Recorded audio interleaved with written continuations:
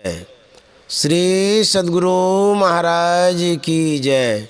श्री सद्गुरु महाराज की जय। विद्यानंद बाबा best channel पर आपका स्वागत है। आपकी सेवा में सत्संग सुधा वचनामृत चतुर्थ भाग से पाठ करते आ रहे हैं और यह मंगल पाठ है जो विद्यानंद बाबा के स्वर में किया जा रहा है। आप इस प्रवचन को बराबर सुने, सपरिवार सुने, सभी सत्संग प्रेमी बैठ कर के सुने। आपके जीवन में सुख शांति समृद्धि लागी, क्योंकि यह संतों की वाणी है, अनुभव वाणी है, सिद्ध पुरुषों की वाणी है। यह संत वाणी आधी मुलाकात की तरह होती है। आप संत के करीब नहीं जा सकते हैं, लेकिन संत वाणी के करीब जरूर जा सकते हैं। आप तक विद्यानंद बाबा बेस्ट चैनल यह प्रवचन YouTube के माध्यम से भेज रहा है। आप प्रत्येक दिन इसे सुने, आपके जीवन में मंगल होगा और जो संकट है वो भी कटेगा, जो दुख कष्ट है वह दूर होगा। इसीलिए आपसे निवेदन है, इस प्रवचन को शुरू से अंत तक रोज सुने। शब्द के अतिरिक्त कोई रास्ता नहीं। बंदा गुरुपद कंज कृपा सिंधु नर रूप हरि महामोह तम पुंज जासु बचन रवि कर निकर। प्यारे लोगों, आप जब निठा नींद में सो जाते हैं तो उस समय कुछ भी खबर नहीं रहती है। आप नहीं जान पाते कि आप कहाँ हैं, परंतु जब जग जाते हैं तो सचेतता आती है और आप संसार की खबर जानने लगते हैं। अपने तई में अपने शरीर को देखते हैं, अपने को नहीं जानते हैं। अपने तई की खबर भी करनी चाहिए। आप देखते हैं कि गांव-गांव में, घर घर में मृत्यु होती है। यह अशुभ होने पर भी होती ही है।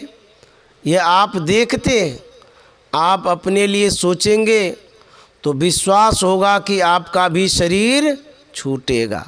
मृत्यु के बाद घर घर में श्राद्ध क्रिया होती है। श्राद्ध क्रिया में विश्वास है कि शरीर छूट गया है, इसको जला देते हैं, लेकिन शरीर में जो था वह कहीं चला गया। जो चला गया वह क्या था? वह वही था जिसको अपने तई कहते थे। शरीर में रहने वाला कोई एक ही चीज़ नहीं है। इस मोटे शरीर को जो कोई छोड़ता है वह सूक्ष्म शरीर के साथ रहता है। उसके अंदर कारण शरीर है, उसके अंदर महाकारण शरीर है। इस स्थूल शरीर के सहित 4 जड़ शरीर हैं। जड़ अर्थात ज्ञान शून्य। इसमें ज्ञानमय पदार्थ को चेतन आत्मा कहते हैं। जो लोग सत्यवान और सावित्री की कथा को पढ़ते हैं वह उसका नाटक व सिनेमा देखते हैं तो उनको यह बात मालूम होती है कि जब सत्यवान के स्थूल शरीर से यमराज ने सूक्ष्म शरीर को निकाल लिया तो वह स्थूल शरीर मर गया और उसमें सूक्ष्म शरीर दे दिया तो वह जीवित हो गया। इस कथा में बताया गया कि जो पुण्यवती स्त्री होती है उसको पुण्यवान पति मिलते हैं। सावित्री के पातिव्रत धर्म के पालन के कारण सत्यवान जीवित हुआ, उसका राज्य लौटा। सत्यवान पुण्यवान था, इसलिए उसको इस तरह की पुण्यवती स्त्री मिली। पुण्यवान और पुण्यवती वे होते हैं जो झूठ नहीं बोलते, चोरी नहीं करते, मादक द्रव्य का सेवन नहीं करते, हिंसा नहीं करते, अर्थात मांस मछली आदि नहीं खाते और व्यभिचार नहीं करते। यदि इन 5 पापों को नहीं करो तो पुण्यवान होगे। लोगों को पुण्यवान होना चाहिए। स्त्रियों का सावित्री की तरह और पुरुषों को सत्यवान की तरह होना चाहिए। साथ ही साथ यह भी सीखना चाहिए कि जीवात्मा लिंग शरीर के साथ निकलता है, केवल जीवात्मा नहीं निकलता। चेतन आत्मा 4 जड़ शरीरों के साथ है। चेतन आत्मा के नहीं रहने से यह शरीर किसी काम का नहीं रहता। हम लोग अभी अपने स्वरूप में नहीं है। चेतन आत्मा ज्ञानमय पदार्थ है और 4 शरीर जड़ हैं, अज्ञान में है।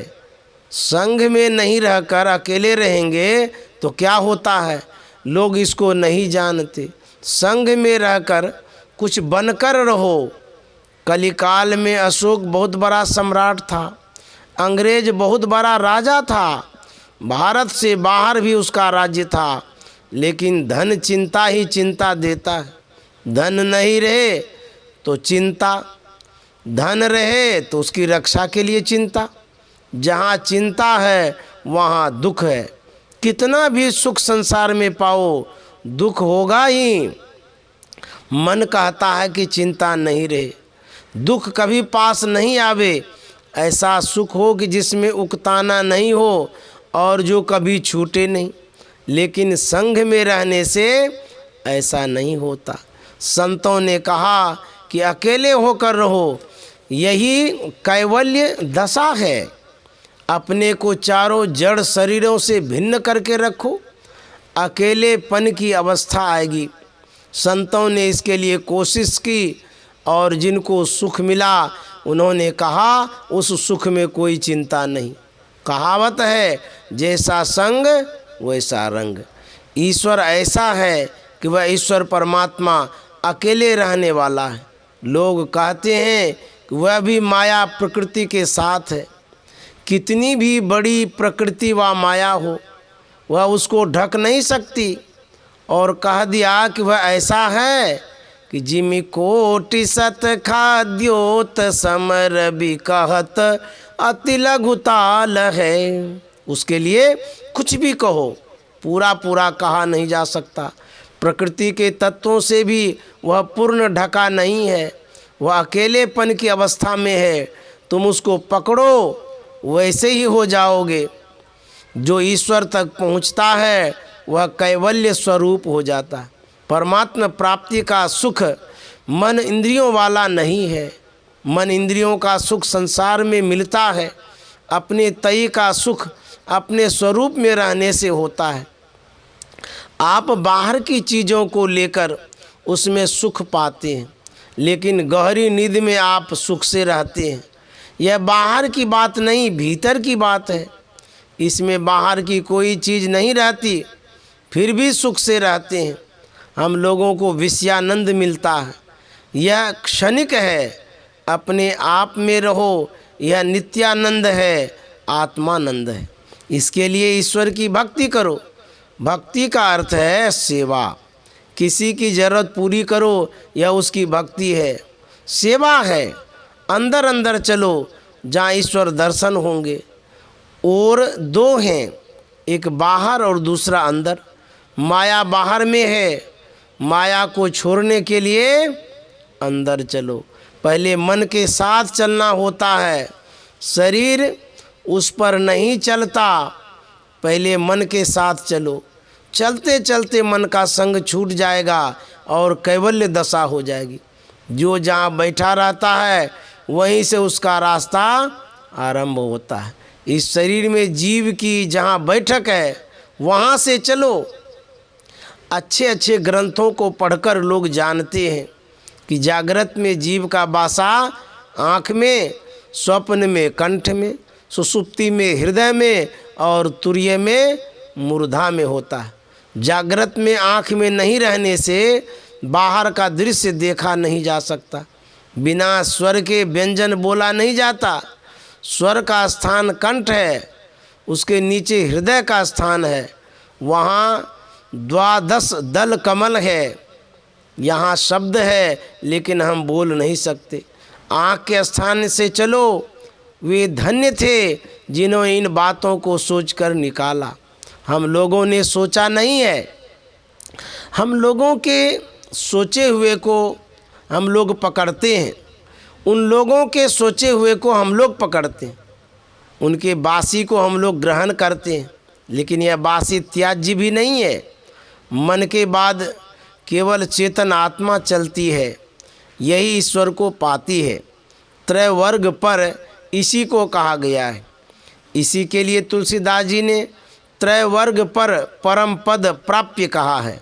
घर में रहकर यह काम हो सकता है, चाहे बाल बच्चों के साथ रहकर भी यह काम कर सकते हो, और छोड़ करके भी गाछ के नीचे बैठकर भी कर सकते हो, और छोड़ कर भी।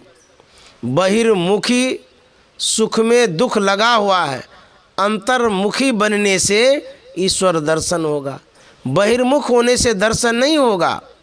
मनु शतरूपा ने कठोर तपस्या की, शरीर छूटने के बाद विशाल स्वर्ग सुख भोग कर उन्होंने साकेत अयोध्या में राजा दशरथ और रानी कौशल्या होकर जन्म लिया। पुत्र रूप में भगवान श्री राम का अवतार उनके यहाँ हुआ। इतना सब कुछ होने के बावजूद बाहरी दर्शन के कारण माया का खेल नहीं छूटा। गोस्वामी तुलसीदास जी जैसे राम भक्त को भी सत्य को व्यक्त करने के लिए लिखना पड़ा। सुरपति बसई बाहुबल जाके, नरपति सकल रहहि रुख ताके। सो सुनतिय रिस गयऊँ सुखाई, देखऊँ काम प्रताप बढ़ाई।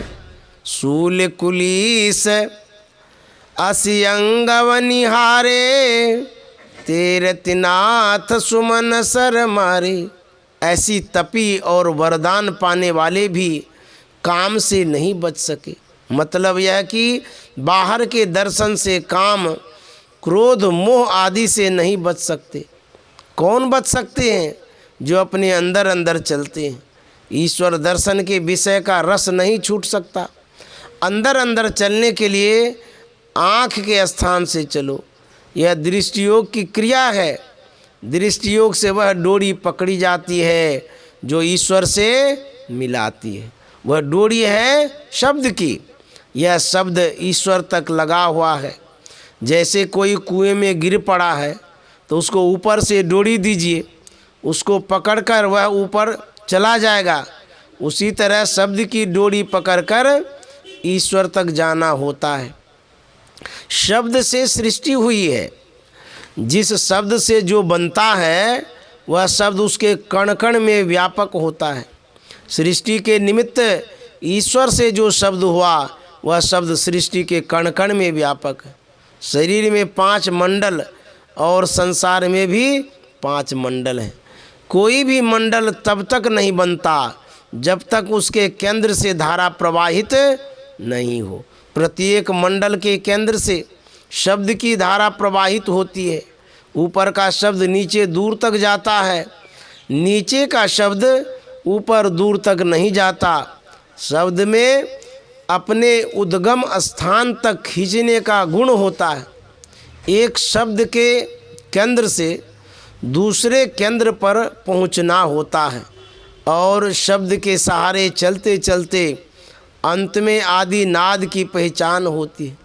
जो उसको पकड़ता है उसके लिए संत कबीर साहब ने कहा है, आदि नाम पारस है, मन है मैला लोह, परसत ही कंचन भया, छूटा बंधन मोह। वह शब्द सर्वव्यापक है, इसलिए उसका नाम राम है। कल्याणकारी शब्द है, इसलिए उसका नाम है शिव। आदि नाद ही राम नाम है, शिव नाम है, शक्ति शब्द है आदि। शब्द के अतिरिक्त और कोई रास्ता ईश्वर तक पहुंचने के लिए मानने योग्य नहीं है। शिव जी से विशेष योग के जानकार और कोई हुए भारत में माना नहीं जाता। उन्होंने 1.25 लाख साधन बताए और उन सब में नादानुसंधान को श्रेष्ठ बतलाया। इसके अतिरिक्त और कोई मार्ग है? यदि ऐसा कोई कहे कि हमारे गुरु ने ऐसा बताया है तो मानने योग्य नहीं है।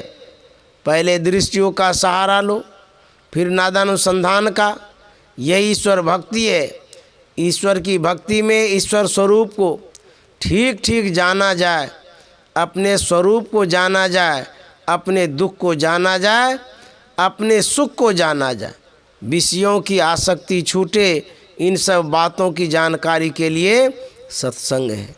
पंच पापों से बचते रहना चाहिए और ईश्वर का भजन करना चाहिए। यह संत मत का सत्संग मंदिर है। जिन्होंने बनवाया है बड़े पुण्य का काम किया है। सब कोई मिलजुल कर सत्संग करते रहिए। श्री सद्गुरु महाराज की जय। संत सद्गुरु महर्षि मेही परमहंस जी महाराज का यह प्रवचन दिनांक 21 जून 1966 ईस्वी को सत्संग मंदिर नवाबगंज मनिहारी कटिहार में हुआ था। श्री सद्गुरु महाराज की जय।